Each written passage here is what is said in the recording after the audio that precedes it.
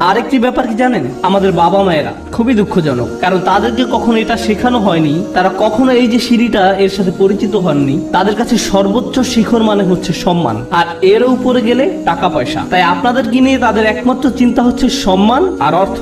একটা চাকরি খোঁজো যেন তুমি সম্মান পেতে পারো, আর আমরা বলতে পারি আমাদের ছেলে একটা চাকরি করে, সে ডাক্তার, সে এটা সে ওটা, আর হয়তো আমাদের এক সময় অনেক টাকাও হবে আর আমরা সেটা মানুষকে দেখাতে পারবো।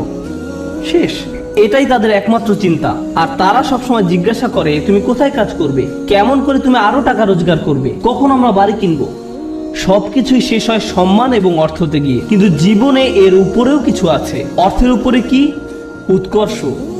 কে আপনাকে উৎকর্ষ বা শ্রেষ্ঠত্ব অর্জনের দিকে ধাবিত করবে? আমরা শুধু অর্থ এবং সম্মান নিয়ে চিন্তা করতে করতে জীবন শেষ করে ফেলি।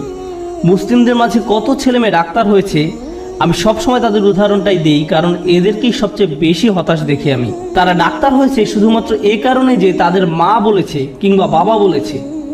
আমি কখনোই আমার কোনো সমস্যা হলেও এরকম ডাক্তারের কাছে যেতে আগ্রহী নই। আমি বরং এমন কারো কাছে যাব যে ডাক্তার হয়েছে কারণ তারা মানবতার সেবা করতে চায়। তারা তাদেরকে নিয়ে চিন্তা করে। তারা দুর্নীতিগ্রস্ত ইন্স্যুরেন্স কোম্পানি থেকে পরবর্তী টাকা আসার অপেক্ষা করে না। তারা আসলে মানবতা নিয়ে চিন্তিত। আমি এ ধরনের ডাক্তারের সাথে সম্পর্ক রাখতে, নিজে এবং বাচ্চাদেরকে নিয়ে যেতে আগ্রহী।